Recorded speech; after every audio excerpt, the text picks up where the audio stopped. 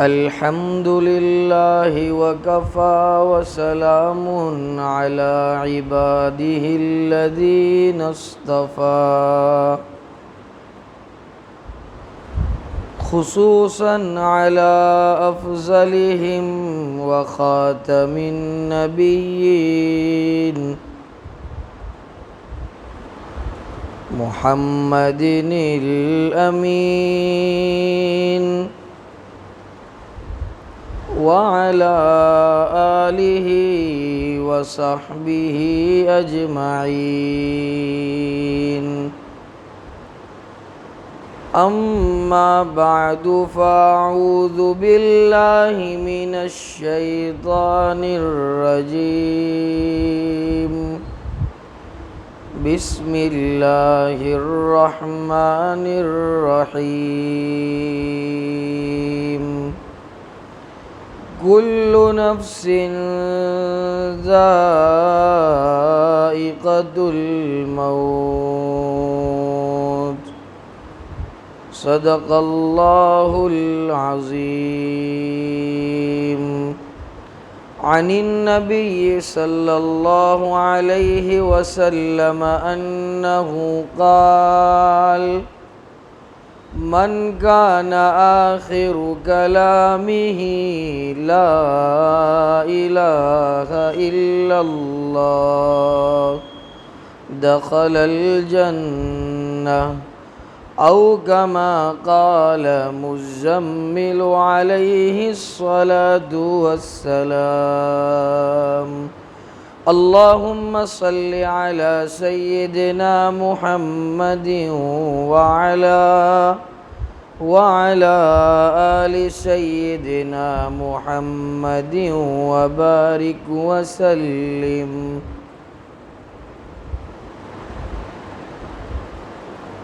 محرم الحرام کا مہینہ اسلامی مہینوں میں سب سے پہلا مہینہ ہے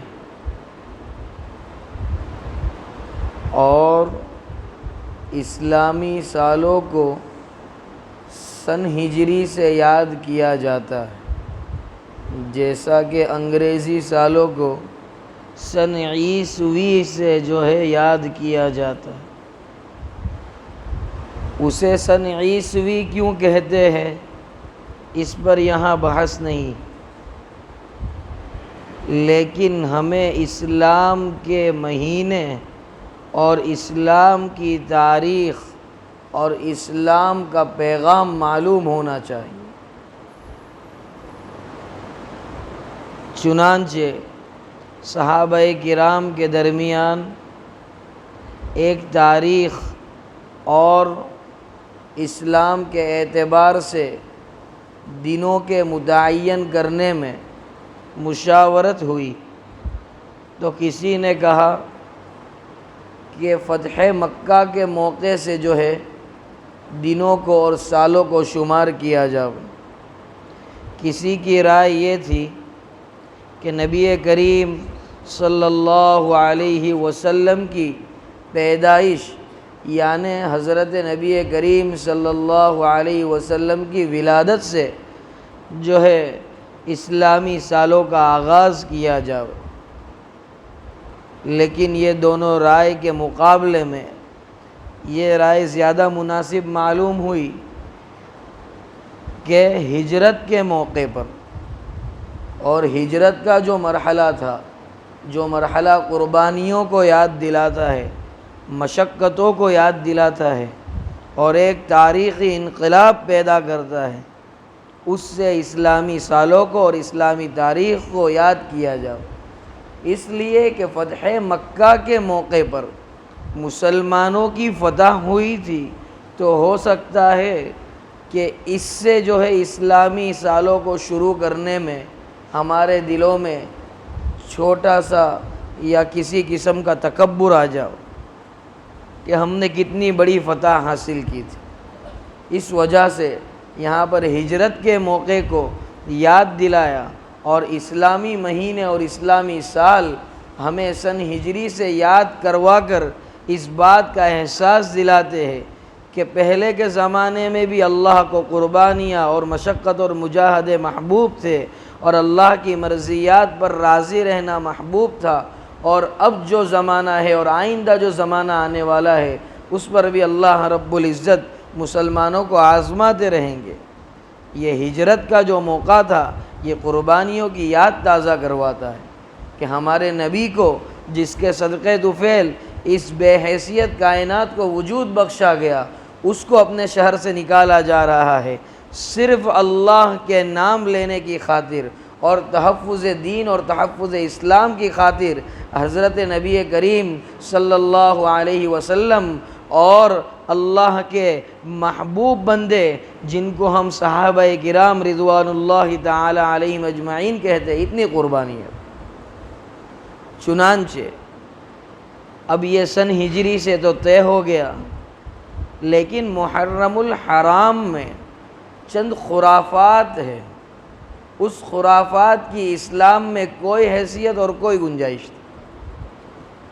پہلی بات کہ اس مہینے میں شادی کرنے کو برا سمجھا جاتا ہے، جبکہ مدنی کریم صلی اللہ علیہ وسلم کی بیٹی حضرت عثمان غنی رضی اللہ تعالیٰ عنہ کے جو نکاح میں دی گئی، ان کا نکاح بھی محرم الحرام میں ہوا، اور کئی اصحاب نے نکاح کیے۔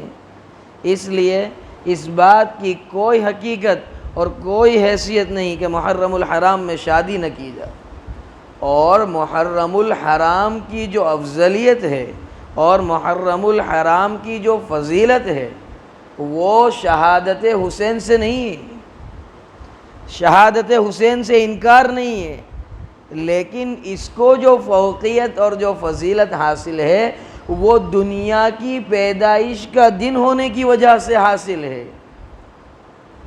اسی لیے اس کو صاحب مظاہر حق نے لکھا ہے عاشورہ کہا جاتا ہے۔ عاشورہ یہ عشرن سے بنا ہے، عشرن کے معنی ہے 10 کے، 10 کے، عشرن کے معنی ہے 10 کے، 10 مختلف انبیاء کرام علیہم الصلاۃ والتسلیم کے ساتھ 10 بڑے اہم امور پیش آئے۔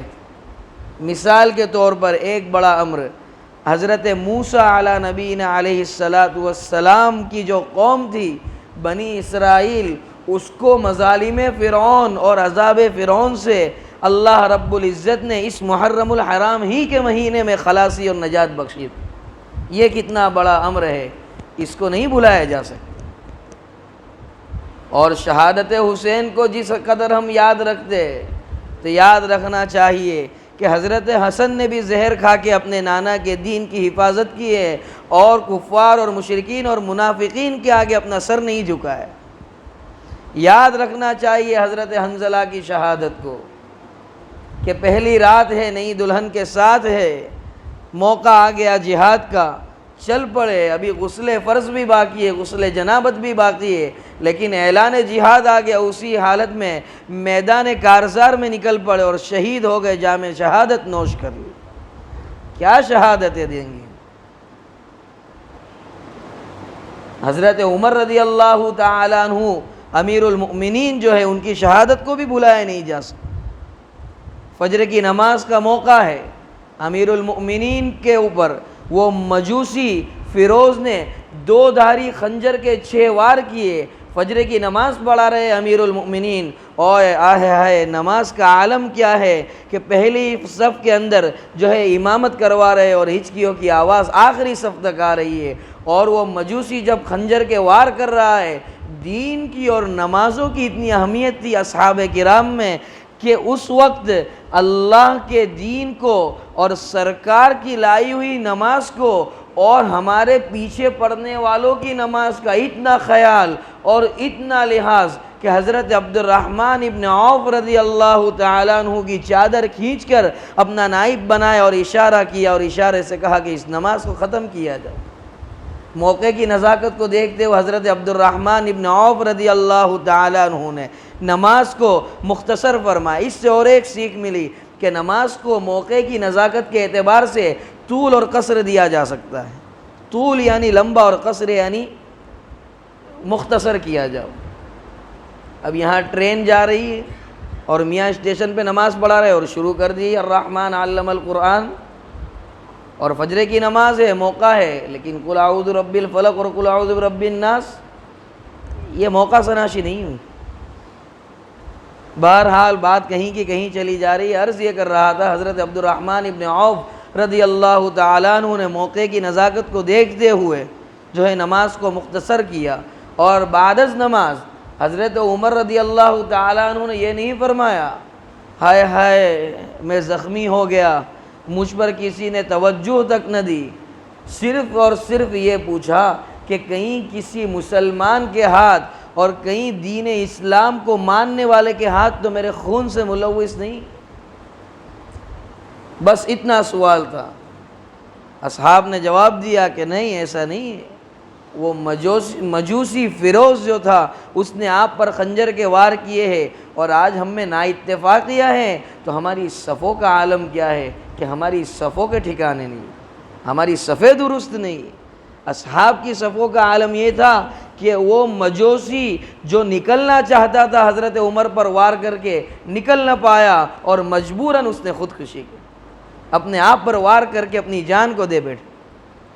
یہ اصحاب کی صفوف کا عالم تھا، اور آج ہماری صفوں کا عالم کیا ہے؟ تو یہ ہے حضرت عمر رضی اللہ تعالیٰ عنہ کی شہادت۔ یاد کرو حضرت عثمان غنی رضی اللہ تعالیٰ عنہ کی شہادت۔ حضرت حسین پر جو پانی بند کیا گیا تھا، روایات ہے اس کے متعلق، لیکن وہ ضعف رکھتی ہے، لیکن حضرت عثمان غنی رضی اللہ تعالیٰ عنہ پر جو 40 دن پانی بند کیا گیا تھا، یہ قوی تر روایات سے ثابت ہے۔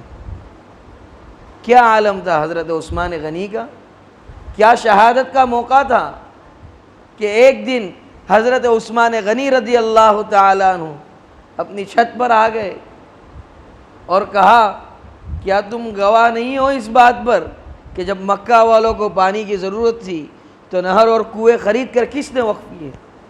کہا انت یا عثمان، اے عثمان آپ نے کیے تھے، تو پھر آج کیوں مجھ پر پانی بند کیا جا رہا؟ کیا قصور ہے میرا؟ صرف اللہ کو ایک ماننا اور رسالت کا اقرار کرنا، اور اپنے خسر اور اپنے نبی کے دین کا تحفظ، یہی دشمنان اسلام اور یہی جو ہے اسلام کے دشمنوں کو نہیں بھایا، اور حضرت عثمان کو شہید کر دیا۔ کیوں نواسے رسول حضرت حسین نے کربلا میں اپنا سر کٹوایا؟ تحفظ اسلام اور تحفظ دین کے لیے، اور نانا کے دین کی حفاظت کے لیے اپنا سر کٹوایا۔ اور آج ہم ہیں ہائے حسین ہائے حسین۔ ارے چھو ہے ان لوگوں پر جو ہائے حسین کہتے ہیں اور کہتے ہیں یا حسین ہم نہ تھے۔ ارے ہوتے تو بھی کیا کر لیتے؟ کیا اللہ رب العزت کے قبضے قدرت میں نہیں تھا کہ حضرت حسین رضی اللہ تعالیٰ عنہ کی جان کی حفاظت کر، جبکہ اس کے قبضے قدرت میں کہ کائنات کا کوئی ذرہ اس کی مرضی کے خلاف ہل نہیں سکتا؟ اور کیا قرآن پر ایمان نہیں؟ فرمایا کل نفس ذائقۃ الموت، ہر نفس کو موت کا مزہ چکھنا ہے، کسی بھی طریقے سے کبھی بھی موت آ کر جکڑ سکتی۔ اور کربلا کی مٹی سے نبی کریم صلی اللہ علیہ وسلم کو اپنے نوازے کے خون کی خوشبو آ گئی تھی شہادت سے قبل، زار و قطار رونے لگے تھے نبی کریم صلی اللہ علیہ وسلم۔ تو کیا نبی کریم صلی اللہ علیہ وسلم کی اللہ نہیں سنتے؟ لیکن یہ اللہ کا اصول ہے، اللہ کی مرضی ہے، اور ہمیں یہ دیکھنا ہے کہ اللہ کی مرضیات پر کس طرح سے صحابہ کرام اور نواسے رسول اور خود نبی کریم صلی اللہ علیہ وسلم راضی رہے۔ اور ہم اگر حضرت حسن اور حضرت حسین کی شہادت پر اور حضرت علی کے نام سے ماتم کرتے ہیں تو ہمیں یاد رکھنا چاہیے کہ ان کا نام لے کر آج ہم ہائے واویلا کرتے ہیں اور ڈینگے ہانکتے ہیں کہ حضرت حسین نے جو ہے شہادت دی، اور شہادت حسین کو یاد کرتے ہیں، تو شہادت حسین اور شہادت عمر، شہادت عثمان، شہادت حنظلہ، جتنی بھی شہادتیں، شہادت حمزہ جو ہے نبی کریم صلی اللہ علیہ وسلم کے چچا ہے حضرت حمزہ، ان کا کلیجہ چبایا گیا، یہ سب شہادتیں کیوں دی گئی؟ زبانی جمع خرچ نہیں دیا انہوں نے کہ ہم عاشق رسول ہے، ہم تو اللہ کے عاشق ہیں، اپنے سر کٹوا کر اس بات کا ثبوت دیا کہ ہم سر تو کٹا سکتے ہیں لیکن اے نبی تیرے لائی ہوئی شریعت کو پامال نہیں کر سکتے۔ لیکن آج ہمارا حال صرف زبانی جمع خرچ، آستینیں چڑھا لی، کلیکٹر آفس کے باہر چلے گئے، کیا ہوا بھائی؟ تو آویدن پتر دے رہے۔ آویدن پتر دینے میں منائی نہیں ہے، قباحت نہیں ہے، آویدن پتر دینے کے ساتھ چہرے پر سنت رسول ہونی چاہیے، سنتی لباس ہونا چاہیے، سنت کے مطابق تجارت ہونی چاہیے۔ تجارت میں جھوٹ بول رہے، زبان پر دھوکہ ہے، طبیعت میں فریب ہے، زبان پر غیبت ہے، دماغ میں خرافات ہے، دل میں کینہ ہے، چغلی کرنے کی عادت، جھوٹ بولنے کی عادت، نمازیں پامال ہو رہی، روزے رائگاں ہو رہے، نمازوں کو اور قرآن کی تلاوت کو بالائے طاق رکھا ہے، پھر کہے ہم عاشق رسول ہے، تو اس سے بڑا منافق خدا کی قسم کوئی ہو نہیں سکتا۔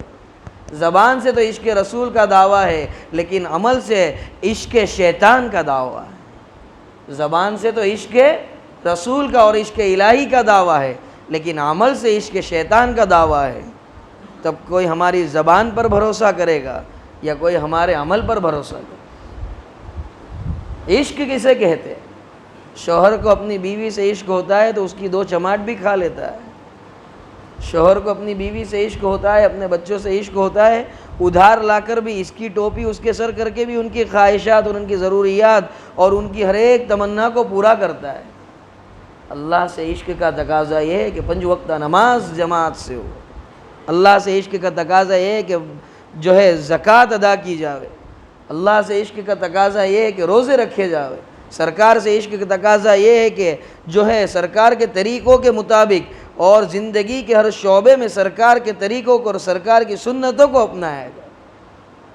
تو یہ انہوں نے اپنی جانیں دے کر اور جام شہادت نوش کر کے بتلایا کہ ہم سچے عاشق رسول ہیں۔ اگر سچے حسینی ہوں، ارے ہم حسینی ہیں، ہم علوی ہیں، ہم حسن کے متوالے ہیں، ہم نواسے رسول کو سر آنکھوں پر رکھتے ہیں، لیکن اگر سچے حسینی ہوں تو نماز کو پامال مت کرو، زکوٰۃ کو وقت پر ادا کرو۔ نماز اور زکوٰۃ اور حج وغیرہ کو پامال نہ کرنے کے لیے حسین نے سر کٹوایا ہے، ماتم کرنے کے لیے اور اپنے آپ کو کوسنے کے لیے اور اپنے آپ پر ظلم کرنے کے لیے حسن نے زہر نہیں کھایا اور حسین نے سر نہیں کٹوایا۔ بہرحال یہ قربانیاں جو ہے اس بات کا پیغام دیتی ہیں کہ ہمیں تکبر سے دور رہنا چاہیے، ہمیں تحفظ اسلام کے لیے جو کچھ بن پڑے وہ کرنا چاہیے۔ اور آج ہم کچھ اونچے خاندان سے ہو، کچھ اونچے حسب نسب سے ہو تو ہمارے دل میں کبر آ جاتا۔ حقیقی معنوں میں تکبر اور متکبر کسی کی صفت ہے تو اللہ صرف تکبر کر سکتا ہے۔ اسی لیے تو قرآن نے کہا اللہ کل قیامت کے دن کہے گا لمن الملک اليوم، کوئی جواب دینے والا نہیں۔ پھر اللہ فرمائے گا لمن الملک اليوم، بتاؤ آج کس کی سلطنت ہے، کس کی بادشاہت ہے آج؟ پھر خود رب کائنات جواب عنایت فرمائیں گے جس کو قرآن نے نقل کیا ہے، للہ الواحد القہار، آج بڑے زبردست اور واحد اور یکتا بادشاہ کی سلطنت ہے۔ ہو کوئی تمہارے حمایتی، ہو کوئی ہم سے مقابلہ کرنے والا اور ہمارے ساتھ ٹکر لینے والا اور ہمارے سامنے کھڑے ہونے کی حیثیت اور اوقات اور قدرت رکھنے والا تو کھڑا ہو جاوے ہمارے ساتھ۔ کس قسم کا تکبر ہے آج ہمیں؟ اور اگر تکبر کرنے کی گنجائش ہوتی تو اصحاب کرام کو گنجائش ہوتی کہ انہوں نے اپنی جانیں اور اپنی بیویوں کی جانیں اور اپنے بچوں کی جانیں لٹا کر حضرت نبی کریم صلی اللہ علیہ وسلم کے دین کو بچایا ہے، اسلام کی حفاظت کی ہے۔ ہم کیا ذرا سے اونچے خاندان اور ذرا سی پہچان اور ذرا سی لاگوک ہونے کے بنا پر تکبر کرتے؟ اس لیے شاعر بڑی اچھی بات کہتا ہے، نبی نانا علی بابا شرافت ہو تو ایسی ہو، لگے خنجر تو ہو سجدہ، شہادت ہو تو ایسی ہو۔ نبی نانا ہے، شیر خدا بابا ہے، ارے اسے شرافت کہتے ہیں، اسے خاندانوں کا اونچ نیچ کہتے ہیں۔ یہ سب ہونے کے باوجود انہوں نے کبھی تکبر نہیں کیا، کبھی یہ نہیں کہا ہم تو تاجدار مدینہ کی اولاد ہے، ہم تو آل رسول ہیں، ہم تو اہل بیت ہے۔ کبھی ڈینگے نہیں ہانکی اور کبھی ممبر پر ٹیک لگا کر کسی پر زور زبردستی اور کسی پر سختی نہیں۔ اور شہادت کے متعلق جہاں تک بات ٹھہری اور اس پر اگر ماتم کرتے ہو تو پھر سنو حضرت عمر رضی اللہ تعالیٰ عنہ کی دعا۔ فرمایا اللہم ارزقنی شہادتا فی سبیلک، اے اللہ میں تیرے راستے کی شہادت چاہتا ہوں۔ آگے کتنی بہترین بات مانی، اللہ سے خزانہ بھی مانگ رہے اور چابی بھی مانگ رہے۔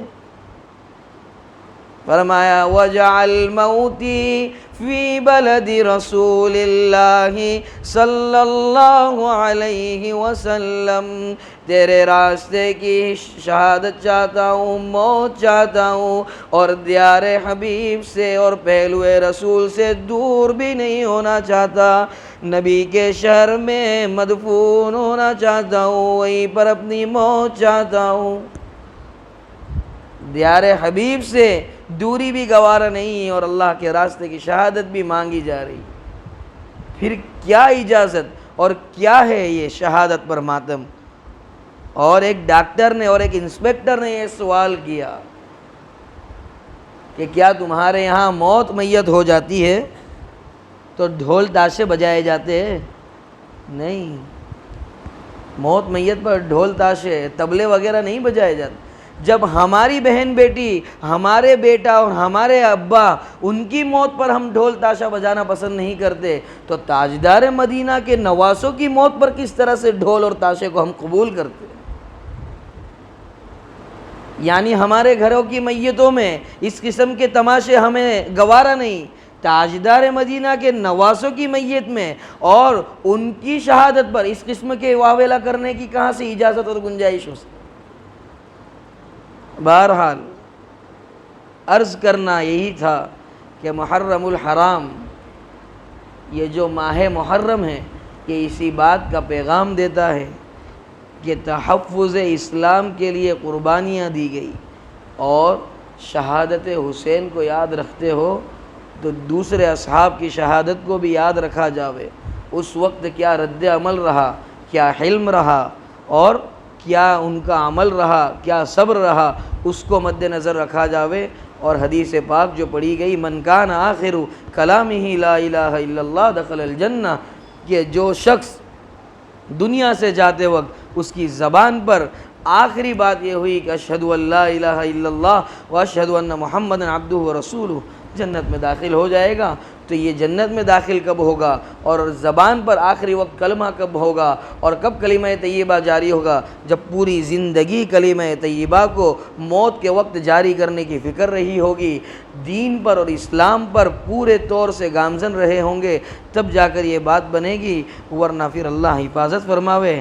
اللہ رب العزت محرم الحرام کے مہینے کی صحیح فہم نصیب فرماوے اور جو ہے خرافات سے ہماری حفاظت فرماوے۔ وآخر دعوانا ان الحمد للہ رب العالمین۔ حضرت امام صاحب کا اصرار تھا کہ کچھ اشعار سنائے جاوے، اس وجہ سے مجبور ہوں۔ اور مفتی سہیل منوبری بھی جو ہے بڑی محبت رکھتے ہیں، بڑی عقیدت رکھتے ہیں، ان کا بھی اصرار رہا ہے